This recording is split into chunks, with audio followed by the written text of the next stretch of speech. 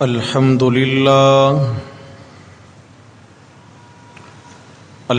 لله وحده والصلاة والسلام على من لا نبي بعده لا نبي بعده ولا رسول بعده لا رسول بعده ولا معصوم بعده أما بعد فأعوذ بالله من الشيطان الرجيم بسم الله الرحمن الرحيم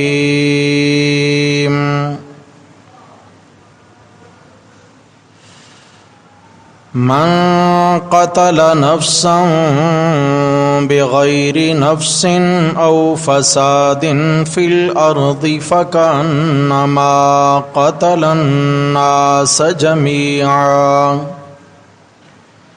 ومن أحياها فكأنما أحيا الناس جميعا الآية صدق الله ومن أصدق من الله قيلا اللهم صل على سيدنا ومولانا محمد وعلى آل سيدنا ومولانا محمد وبارك وسلم علیہ۔ گرامی قدر سامعین حضرات محترم، اللہ رب العزت نے جہاں اپنی ذات اقدس کے حقوق بیان فرمائے ہیں، وہاں اپنی مخلوقات کے بھی ایک دوسرے کے ذمہ حقوق بیان فرمائے ہیں۔ بطور خاص انسان کے ذمہ، ایک مسلمان کے ذمہ والدین کے کیا کیا حقوق ہیں، والدین کے ذمہ اولاد کے کیا حقوق ہیں، پڑوس کے کیا حقوق ہیں، بڑوں اور چھوٹوں کے کیا حقوق ہیں، بیوی کے ذمہ شوہر کے اور شوہر کے ذمہ بیوی کے کیا حقوق ہیں، کتاب اللہ کے کیا حقوق ہیں، رسول اللہ صلی اللہ علیہ وسلم کے اپنی امت کے ذمہ کیا حقوق ہیں۔ یہ ایک طویل سلسلہ ہے حقوق کا، لیکن قرآن مجید کے اندر انسانوں کے ذمہ انسانوں کے حقوق بیان ہوئے ہیں، مسلمان کی بات نہیں۔ انسان کے ذمہ انسان کے حقوق، یا بالفاظ دیگر یوں کہا جائے، ایک مسلمان کے ذمہ ساری انسانیت کے کیا حقوق ہیں۔ وہ مسلمان ہیں، وہ کافر ہیں، وہ رشتہ دار ہیں، وہ غیر رشتہ دار ہیں، پڑوس ہے، دور کے ہیں، انسان ہونے کے ناطے بھی کچھ حقوق ہیں۔ رسول اللہ صلی اللہ علیہ وسلم سے، بلکہ آپ صلی اللہ علیہ وسلم ایک مرتبہ بیت اللہ کا طواف فرما رہے تھے، اور طواف کرتے ہوئے آپ صلی اللہ علیہ وسلم حجر اسود کے رخ پر، حجر اسود کے سامنے رکے اور بیت اللہ کی جانب رخ کر کے آپ صلی اللہ علیہ وسلم نے بیت اللہ کو خطاب کرتے ہوئے چند جملے ارشاد فرمائے، جن کا خلاصہ یہ ہے کہ آپ صلی اللہ علیہ وسلم نے فرمایا، اے بیت اللہ، اے اللہ کا گھر، بے شک تیری بڑی عظمت ہے، تیرا بڑا تقدس ہے، تیری بڑی حرمت ہے، لیکن جتنا اللہ تعالیٰ کی نظر میں ایک صاحب ایمان شخص کی حرمت، عزت اور تقدس ہے، اتنا تیرا تقدس بھی اللہ کی نظر میں نہیں ہے۔ اے بیت اللہ، حرم کعبہ کی بات ہے، اللہ کا گھر ہے اور زمین میں سب سے مقدس جگہ ہے۔ آپ علیہ السلام فرما رہے ہیں کہ جتنا ایک مومن کی عزت اللہ کی نظر میں ہے، اتنا بیت اللہ کی عزت مقابلہ نہیں کر سکتی۔ عزت بڑی ہے بیت اللہ کی، لیکن مومن کی عزت پھر بھی زیادہ ہے۔ اس لیے آپ صلی اللہ علیہ وسلم نے فرمایا حجۃ الوداع کے موقع پر کہ اللہ تعالیٰ نے تمہاری جان، تمہاری مال، تمہاری آبرو، عزت ایک دوسرے پر حرام کر دی، یعنی تم ایک دوسرے کی جان کا بھی برا مت مانگنا، ایک دوسرے کی عزت کا بھی برا مت چاہنا، اور ایک دوسرے کے مال کا بھی برا مت چاہنا۔ اللہ تعالیٰ کی نظر میں اس کا بڑا مقام ہے، بڑا تقدس ہے۔ پھر آپ صلی اللہ علیہ وسلم سے حضرت عبداللہ ابن مسعود رضی اللہ تعالیٰ عنہ روایت فرماتے ہیں کہ میں نے حضرت صلی اللہ علیہ وسلم سے ایک مرتبہ یہ سوال کیا، یا رسول اللہ، بڑے بڑے گناہ کون سے ہیں؟ بڑے بڑے گناہ کون سے ہیں؟ تو آپ صلی اللہ علیہ وسلم نے فرمایا الاشراک باللہ، اللہ کے ساتھ اللہ کی مخلوق کو شریک ٹھہرانا، یہ سب سے بڑا گناہ ہے، یہ سب سے بڑا جرم ہے، جسے کہیں اکبر الکبائر ہے، تمام کبیرہ گناہوں میں سے بھی بڑا گناہ ہے۔ کیوں؟ کہ شرک غداری ہے۔ ہر جرم معاف ہوتا ہے سلطنت میں، مگر غداری والا جرم معاف نہیں ہوتا۔ تو فرمایا شرک سب سے بڑا گناہ ہے۔ شرک کیا ہے؟ اللہ تبارک و تعالیٰ کی ذات میں یا اس کی صفات میں یا اس کی عبادات میں یا اس کے اختیارات میں اللہ کی مخلوق میں سے کسی کو ساجی اور حصہ دار قرار دینا، یہ شرک ہے۔ اللہ ہم سب کے ایمان کی حفاظت فرمائے۔ پھر آپ علیہ الصلوۃ والسلام نے فرمایا وعقوق الوالدین، شرک کے بعد ماں باپ کا دل دکھانا بڑا جرم ہے، بڑا گناہ ہے۔ ماں باپ کی نافرمانی، ہائے ہائے، آپ صلی اللہ علیہ وسلم نے فرمایا بد نصیب وہ اولاد ہے، سب سے بڑی بد نصیب وہ اولاد ہے اللہ کی نظر میں، رسول اللہ کی نظر میں۔ فرمایا بد نصیب ہے وہ اولاد کہ جس سے بات کرتے ہوئے اس کے والدین خوف زدہ رہتے ہوں، والد ڈر ڈر کے اس سے کوئی بات کرے، والد اگر کچھ مانگنا چاہے تو وہ بیچارہ کانپ رہا ہو کہ کہیں یہ غصے میں نہ آ جائے، کہیں یہ میری عزت نہ اتار دے، ماں بیچاری سہمی سہمی بات کرے۔ فرمایا سب سے بڑی بد نصیب یہ اولاد ہے اللہ کی نظر، جس کے زیر عتاب والدین رہتے ہیں۔ اور اللہ کی نظر میں سب سے زیادہ خوش قسمت، خوش نصیب وہ اولاد ہے کہ ماں باپ جب بات کریں تو یہ اولاد اس طرح بات سنے جیسے غلام اپنے آقا کی بات سنتا ہے، جیسے نوکر اپنے مالک کے سامنے سر جھکا کے بات سنتا ہے۔ اللہ کی نظر میں اس اولاد کا بڑا مقام ہے۔ اللہ ہم سب کو ایسا بنائے، اللہ ہم سب کی نسلوں کو ایسا بنائے۔ آپ علیہ السلام نے فرمایا عقوق الوالدین، ماں باپ کا دل دکھانا دوسرے نمبر پہ بڑا گناہ ہے، یعنی اللہ کو غصہ دلانے میں شرک کا پہلا نمبر، ماں باپ کا دل دکھانا دوسرا نمبر۔ نمبر 3 وقتل النفس، کسی کو بے گناہ قتل کرنا، یہ تیسرے نمبر پہ سارے گناہوں میں سے بڑا گناہ ہے۔ کسی کو، ہاں یہ لفظ ہے بے گناہ قتل کرنا۔ اب کسی کو کا مطلب یہ ہے مسلمان نہیں، کسی کو۔ قتل النفس، نفس کہتے ہیں مطلقاً انسان کو، جیسے کل نفس ذائقۃ الموت، ہر نفس نے موت کا ذائقہ۔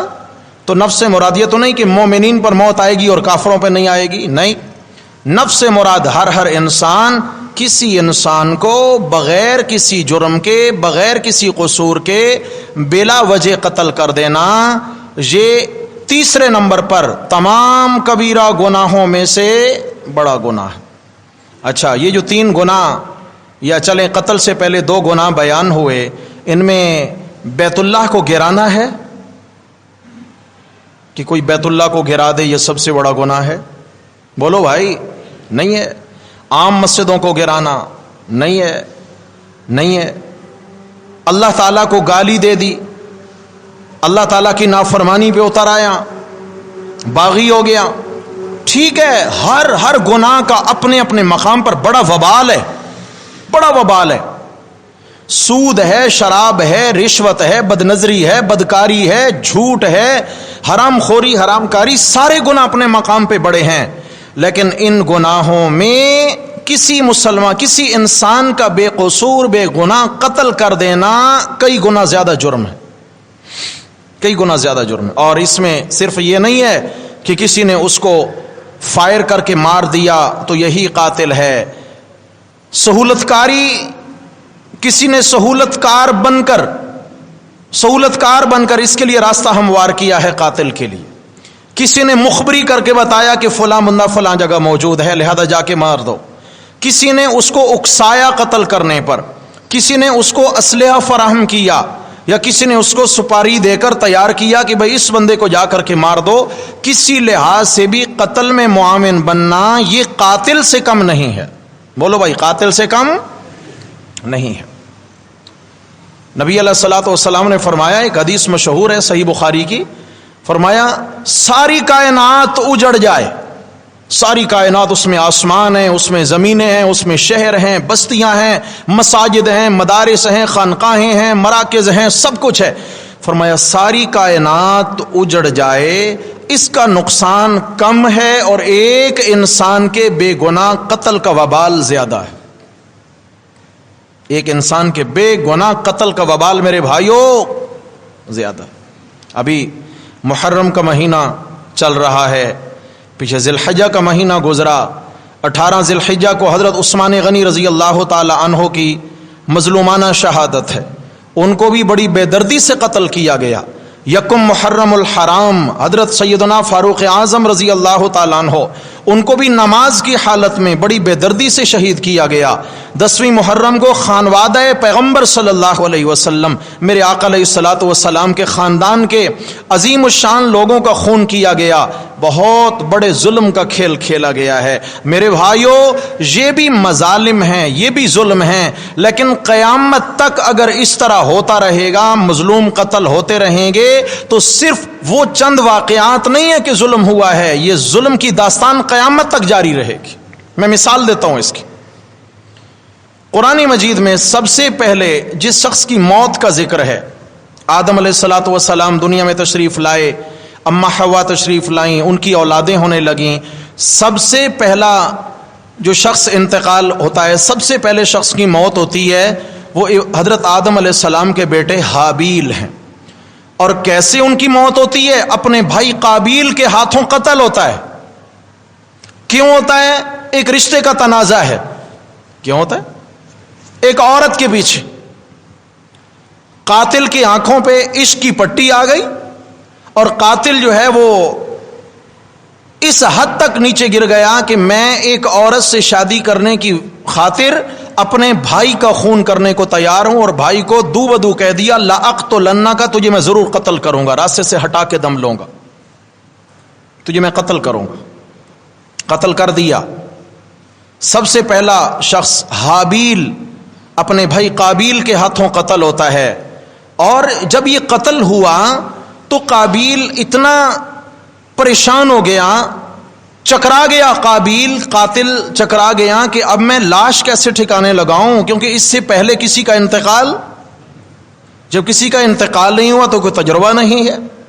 اب وہ لاش کو کندھے پہ اٹھائے، بھاگم بھاگ دوڑے جا رہے، کبھی ادھر کبھی ادھر کبھی ادھر، اور پھر کہیں لاش رکھ دیتا ہے، پھر اٹھا کے بھاگ پڑتا ہے، بہت پریشان حال ہے، کیا کروں؟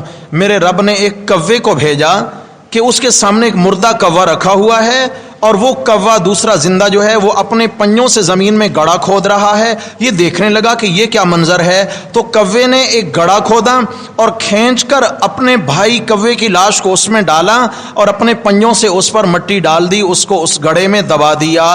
تو یہ کہنے لگا یا ویلتا اعجزت, ہائے میں تو اس سے بھی گر گیا کہ ایک کوے کو اللہ نے جتنی سمجھ دی تھی مجھ میں تو اتنی بھی سمجھ نہ رہی, میں تو کوے سے بھی گیا گزرا ہو گیا.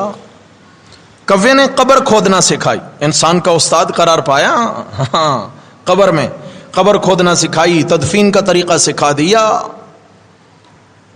حدیث شریف میں آتا ہے, میں نے یہ جو قرآن کی آیت پڑھی ہے یہاں فرمایا انہو من قتل نفسا بغیر نفس, جو شخص کسی شخص کو بے گناہ قتل کرتا ہے, او فساد فی الارض, یا اللہ کی دھرتی پر فساد برپا کرتا ہے, فتنہ فساد, کفر کا فتنہ, شرک کا فتنہ, اللہ کی بغاوت کا فتنہ. یہ آج بم دھماکے وغیرہ کیا یہ فتنہ نہیں ہے بھائی؟ کتنا بڑا فتنہ, کتنا بڑا فتنہ. اللہ حفاظت فرمائے میرے وطن کی. فرمائے جو فتنہ برپا کرتا ہے, کسی انسان کو بے گناہ قتل کرتا ہے, وہ سمجھتا ہے مجھ پہ ایک FIR ہوئی ہے, تھانے میں مجھ پہ 302 کی دفعہ لگی ہے, مگر قرآن نے کیا دفعہ لگائی؟ فَكَأَنَّمَا قَتَلَ النَّاسَ جَمِيعًا, ساری انسانیت کے قتل کا اس پہ پرچہ کٹ چکا ہے اللہ کے ہاں. ساری انسانیت کا یہ قاتل ہے, ساری انسانیت کا. اب حدیث سنیے, آپ علیہ الصلوۃ والسلام نے فرمایا کہ قیامت تک جتنے انسان قتل ہوتے رہیں گے, سارے مقتولوں کا گناہ, یعنی ان کو قتل کرنے کا, جتنے قاتل آئیں گے اور قتل کریں گے, تمام مقتولوں کے قتل کا جرم قابیل کی گردن پہ ہوگا. آدم علیہ السلام کے جس بیٹے نے سب سے پہلے اس جرم کی بنیاد رکھی قتل کی, اس کی گردن پہ ہوگا. اس کا یہ مطلب نہیں ہے کہ بعد والے قاتل بری و ذمہ ہوں گے, قاتل بھی اپنی اپنی جگہ پہ مجرم ہوگا, لیکن ان سارے کے سارے گناہوں کا جرم جو ہے وہ قابیل کی گردن پہ ہوگا. کیوں؟ اس لیے کہ اس نے اس گناہ اور اس برائی کی بنیاد رکھی تھی, اور جب بنیاد رکھی تو لازمی بات ہے بعد میں قیامت تک جب تک یہ گناہ ہوتا رہے گا تو ساری کے سارے ان گناہوں کا وبال اس کے سر آئے گا, اس کے سر آئے گا. جس کسی نے اچھائی کا آغاز کیا تو جب تک اچھائی ہوتی رہے گی اس کو اجر ہوگا, جس نے برائی کا آغاز کیا جب تک گناہ ہوتا رہے گا تو اس کو وبال پہنچتا رہے گا. ایک صدقہ جاریہ ہوتا ہے, گناہ جاریہ ہوتا ہے, یہ گناہ جاریہ ہے تو قیامت تک اس پر. اچھا آگے ذرا مسئلہ سمجھیے.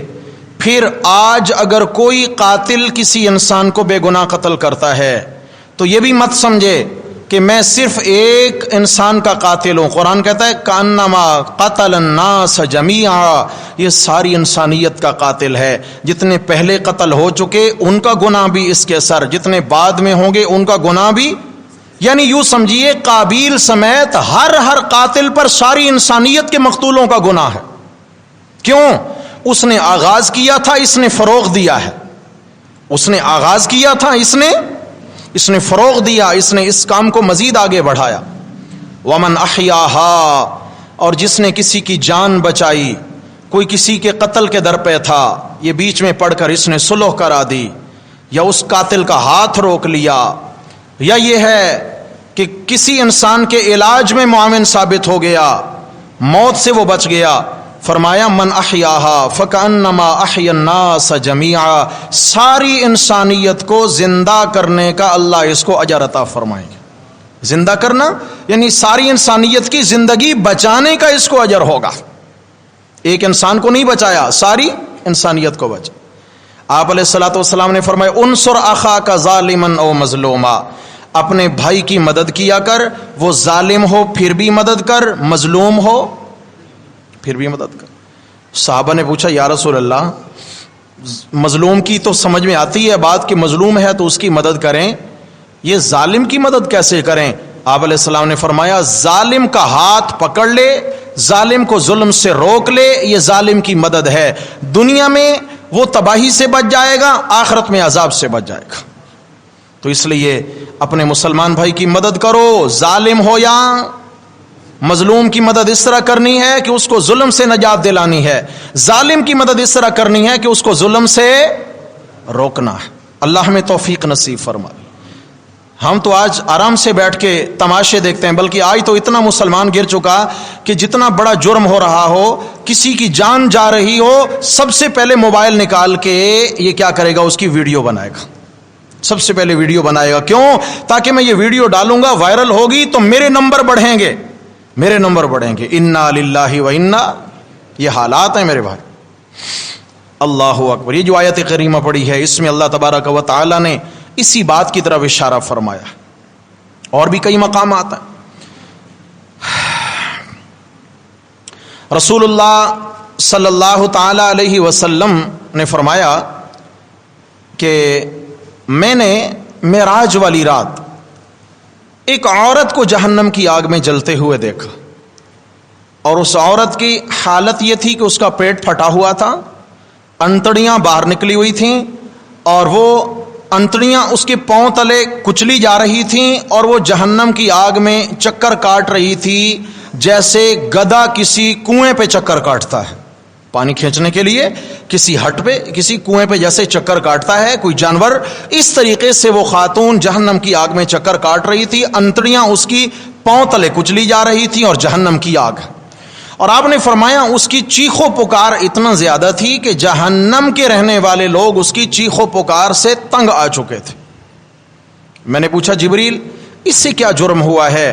عرض کیا یا رسول اللہ، یہ بنی اسرائیل قوم کی ایک عورت تھی، اس نے ایک بلی پال رکھی تھی، اور بلی گھر میں ہوتی ہے، لازمی بات ہے، جانور جو ہوا تو کبھی وہ نقصان بھی کر دیتی ہے، تو بلی نے کہیں نقصان کر دیا اور اس کو غصہ آیا، اس نے اس کو سب سے پہلے باندھ دیا، رسی سے باندھ دیا، ایک ستون کے ساتھ وہ بندھی رہی، 3 دن 3 راتیں بندھی رہی، اور بلی بھوک پیاس کی وجہ سے بلکتی تھی، چیختی چلاتی تھی، تڑپتی تھی، مگر اسے ترس نہ آیا۔ بالآخر طیش میں آئی، اس نے لوہے کی سلاخ اٹھائی، زور سے بلی کے پیٹ میں ماری، بلی کا پیٹ پھٹ گیا، انتڑیاں باہر نکل آئیں، چیخ مار کے بلی مر گئی۔ یا رسول اللہ، جس دن سے اس نے یہ جرم کیا ہے اس دن اس کو موت آ گئی، اور جب سے اس کو موت آئی ہزاروں سال گزر چکے ہیں، ابھی تک اس کو اس بلی کے قتل کے جرم میں سزا دی جا رہی ہے، اور قیامت تک اس کو یہاں سزا دی جاتی رہے گی۔ قیامت کے بعد اس سے بھی بڑا عذاب اس کے لیے تیار ہے۔ میرے بھائیوں، ایک جانور کے قتل میں ایک عورت کو اتنی طویل عرصہ سزا دی جا رہی ہے، ایک بلی کے قتل پر اتنا زیادہ سزا ہے، تو اولاد آدم کے قتل میں کتنی سزا ہوگی بھائی؟ ایک انسان کے قتل پر کیا بنے گا؟ آپ صلی اللہ علیہ وسلم کا فرمان ہے، طویل حدیث ہے، میں صرف آپ کو اشارے کرتا جا رہا ہوں۔ اس میں فرمایا اگر کوئی شخص اپنی جان، اپنے مال، اپنی عزت، اپنے دین، اپنی سرحدوں کی حفاظت کے لیے لڑتا ہے، پھر سمجھیے گا، اپنی جان کی حفاظت کے لیے اور مال کی حفاظت کے لیے اور عزت کی حفاظت کے لیے، دین کی حفاظت کے لیے اور اپنے ملک کی سرحدوں کی حفاظت کے لیے لڑتا ہے، اور کوئی حملہ آور ہو کر اگر اس کو مار دیتا ہے تو یہ شہید کہلائے گا۔ کیا کہلائے گا؟ جان کی حفاظت کے لیے لڑنا حق ہے، مال کی حفاظت کے لیے کوئی ڈکیت آ گئے اور آ کر انہوں نے جناب علی گن رکھ دی اور اس سے ساری جمع پونجی چھیننے لگے، اگر اس نے مزاحمت شروع کر، میں مزاحمت کی دعوت نہیں دے رہا ہوں، خیال کرنا، جان قیمتی، اللہ مال پھر دے دیں گے، لیکن اگر کسی نے مزاحمت کری اور سامنے والے ڈکیٹ نے کیا کی، گولی چلا دی اس پر اور اس کی موت واقع ہو گئی، تو یاد رکھیے یہ شہید کہلائے گا۔ کیا ہوگا بھائی؟ شہید کہلائے گا۔ اپنی عزت اور ناموس کی خاطر اگر لڑا ہے، شہید کہلائے گا، اور اپنی جان اور مال کی حفاظت کے لیے، اپنے دین کی حفاظت کے لیے، اپنی سرحدوں کی حفاظت کے لیے شہید کہلائے گا۔ لیکن اگلی بات بصد معذرت عرض کرتا ہوں، میرے آقا علیہ الصلوۃ والسلام نے فرمایا جو لسانی تعصب کی وجہ سے لڑتا ہے، کس چیز کی وجہ سے؟ ہمارے ہاں جو عروج ہے، اللہ تعالیٰ وہ دور نہ لائے، آمین کیوں نہیں بولا بھائی؟ اللہ وہ دور، اس آگ سے بہت گزر چکے ہیں، اللہ حفاظت فرمائے۔ میرے بھائیو یہ خون بہت قیمتی ہے، اللہ کرے یہ اللہ کے دین کے فروغ کے لیے لگے، ہاں یہ ٹکے ڈگے کی بات پہ ضائع نہ ہو۔ میرے آقا علیہ السلام نے فرمایا جو لسانی تعصب میں، لسانیت کی وجہ سے جو لڑتے لڑتے مر گیا، یہ حرام کی موت مرا ہے، اس پہ نماز جنازہ بھی نہ پڑھی جائے، اس کو مسلمانوں کے قبرستان میں بھی دفن نہ کیا جائے۔ اب بتائیں ہم کس کھاتے میں ہیں؟ ہم تو اس کو جہاد اکبر سمجھتے ہیں۔ لسانی تعصب، یہ شیطان رگ، انسان کے اندر ایک رگ ایسی ہے کہ جس میں شیطان گھس کر انسان کو فوری تیش دلاتا ہے، فوری تیش و غیرت دلاتا ہے، یہ تو تیرا حق ہے، اگر تو یہاں نہ ہو نہ اٹھا، لوگ کیا بولیں گے، یہ تیرا حق ہے۔ نہیں میرے بھائیو، حق کیا ہے؟ جان کی حفاظت، مال کی حفاظت، عزت کی حفاظت، دین کی حفاظت اور ملکی سرحدوں کی حفاظت، یہ حق ہے، یہ حق ہے، اس کے علاوہ کوئی حق، اس کے علاوہ کوئی حق نہیں۔ ہو ایک اور حدیث میں آیا، آپ صلی اللہ علیہ وسلم نے فرمایا کہ جب دو شخص ایک دوسرے پہ ہتھیار سونتتے ہیں، ہتھیار اٹھا لیا دو لوگوں نے، اور ایک دوسرے کو قتل کرنے کا ارادہ ہے، مرنے مارنے کا ارادہ ہے، یہ اٹھا یعنی اس نے گن اٹھائی یا تلوار اٹھائی، اور ادھر سے دوسرا نکلا، اس کا بھی ارادہ ہے میں ماروں گا، اس کے ارادہ ہے میں ماروں گا۔ فرمایا ان میں سے جو جس کے ہاتھوں مر گیا، القاتل والمقتول کلاہما فی النار، قاتل بھی جہنمی، مقتول بھی جہنمی۔ بولیے قاتل بھی، اور صحابہ نے پوچھا یا رسول اللہ قاتل تو سمجھ میں آیا، فما بال المقتول، مقتول کا کیا قصور ہے؟ آپ نے فرمایا اس لیے کہ یہ قتل کے ارادے سے نکلا تھا، یہ تو قسمت کہ اس کا وار خطا گیا، اس کا وار نشانے پہ لگ گیا، ٹھکانے پہ لگ گیا، اگر اس کا نہ لگتا تو وہ مار دیتا، یہ قتل ہو جاتا۔ اس لیے اگر کوئی کسی مسلمان کے قتل کے ارادے سے نکلا ہے اور وہ دوسروں کے ہاتھوں مارا جائے، یا کسی بے گناہ انسان بھلے وہ کافر ہو، بے گناہ کے قتل کے ارادے سے نکلا ہے اور دوسروں کے ہاتھوں مارا جائے تو یہ شہید۔ بولو یہاں تو شہادت بڑی سستی ہے، کوئی مذہبی ہم نے شہادتیں بنا رکھی ہیں، کیٹیگریز ہیں، کچھ سیاسی شہداء ہیں ہمارے، سمجھ آ گئی ہے کہ اس نسل میں جو بھی مرے گا وہ کیا ٹھہرے گا؟ شہید ٹھہرے گا۔ ہائے ہائے، ہاں کیا کہا جائے۔ آپ علیہ الصلوۃ والسلام نے فرمایا کہ یہ دونوں کیا ہیں؟ دونوں جہنمی ہیں۔ قرآن مجید کے اندر تو یہاں تک کہا گیا، سورہ نساء کے اندر یہاں تک کہا گیا کہ جس نے کسی مسلمان کو بے گناہ قتل کیا ہے ہمیشہ ہمیشہ کے لیے جہنم کی آگ میں جلے گا، ہمیشہ ہمیشہ کے لیے۔ ہمیشہ تو کافر جلتا ہے بھائی، مسلمان جتنا بڑا بھی گناہ گار ہو تو آخر گناہ کی سزا بھگت کے جنت میں جائے گا نہیں جائے گا؟ تو یہ قتل کیا، یہ تو گناہ کبیرہ ہے، لیکن قرآن مجید نے کیا کہا؟ نہیں، یہ ہمیشہ اس پر اللہ کا غضب ہوگا، اس پر اللہ کی لعنت ہوگی، اور یہ ہمیشہ جہنم کی آگ میں جلے گا۔ حضرات محدثین کرام، مفسرین کرام نے اس آیت کے تحت بحث کی ہے، لکھا ہے کہ اس سے مراد یہ ہے کہ اگر کوئی کسی مسلمان بے گناہ کا قتل حلال سمجھ کر اسے قتل کر دیتا ہے، جائز سمجھ کے کہ بھائی اس کو میں نے قتل کیا، میرا حق ہے، میں نے صحیح کیا۔ ایک بندہ گناہ کرتا ہے، شراب پیتا ہے، اور وہ کہتا ہے مجھ سے غلطی ہو گئی ہے، تو بھائی یہ غلطی کو غلطی تسلیم کر رہا ہے تو اللہ اس کو توبہ کی توفیق بھی عطا فرما دیں گے۔ ایک شخص ہے، اس سے گناہ ہو گیا، گناہ کو گناہ تو سمجھے، لیکن یہ کیا کہتا ہے؟ نہیں، جو میں نے کیا صحیح کیا۔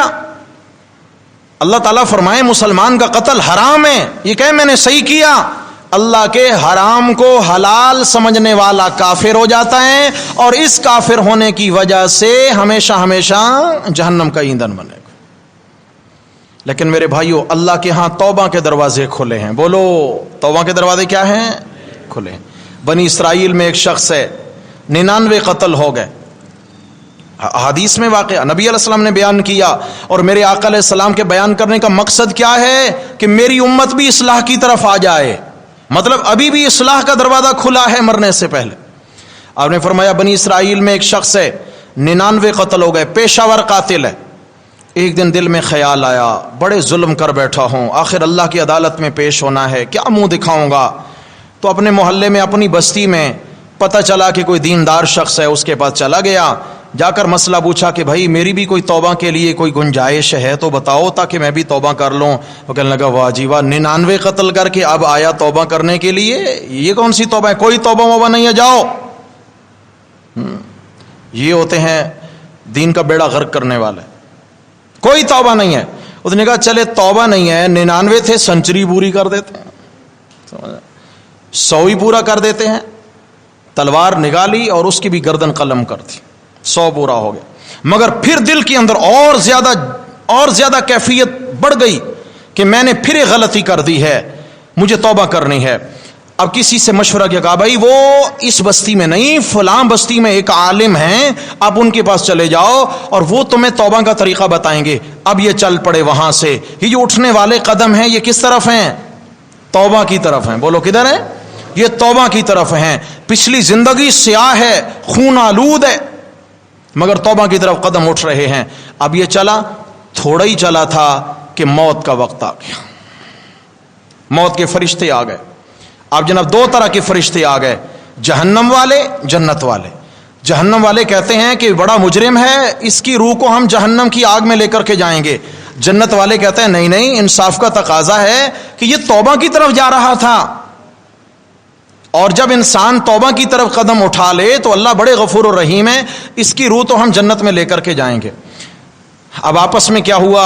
تکرار ہوا فرشتوں کا۔ اللہ تبارک و تعالیٰ نے باوجود جاننے کے کہ کیا چل رہا ہے پوچھا کیا مسئلہ ہے؟ یا اللہ یہ مسئلہ ہے۔ فرمائے کوئی اتنی بڑی بات نہیں ہے، زمین کی پیمائش کر لو، جہاں اس کی میت رکھی ہوئی ہے زمین ماپ لو، آگے جہاں جا رہا تھا، جہاں توبہ جا کے کرنا تھی، اگر وہ بستی قریب ہو تو معلوم ہوا توبہ کے قریب ہے، جنت میں لے جاؤ، اور اگر پیچھے ہے جہاں 100 قتل کیے ہیں تو معلوم ہوا نہیں گناہوں کے علاقہ کے ابھی قریب ہے تو پھر جہنم میں لے جاؤ۔ حالانکہ ابھی تک جس بستی سے چلا تھا تھوڑی اس سے باہر نکلا تھا، بالکل سامنے بستی اور وہ دور۔ اب فرشتے ظاہراً دیکھتے ہیں کہ یہ بستی قریب ہے، لیکن میرے رب نے فرمایا نہیں، پیمائش کرو۔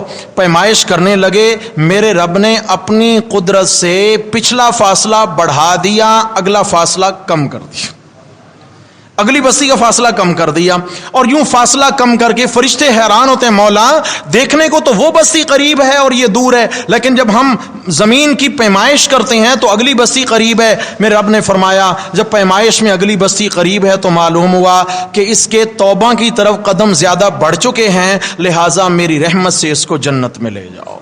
کہاں لے جاؤ؟ اس سے میرے بھائیوں مایوسی کیوں کفر ہے کہ ہم اس رب کے بندے ہیں جو تمام سخیوں سے بڑا سخی ہے، تمام مہربانوں سے بڑا، الرحمن الرحیم، رحمان الدنیا و رحیم الآخرہ۔ مایوس نہیں ہونا۔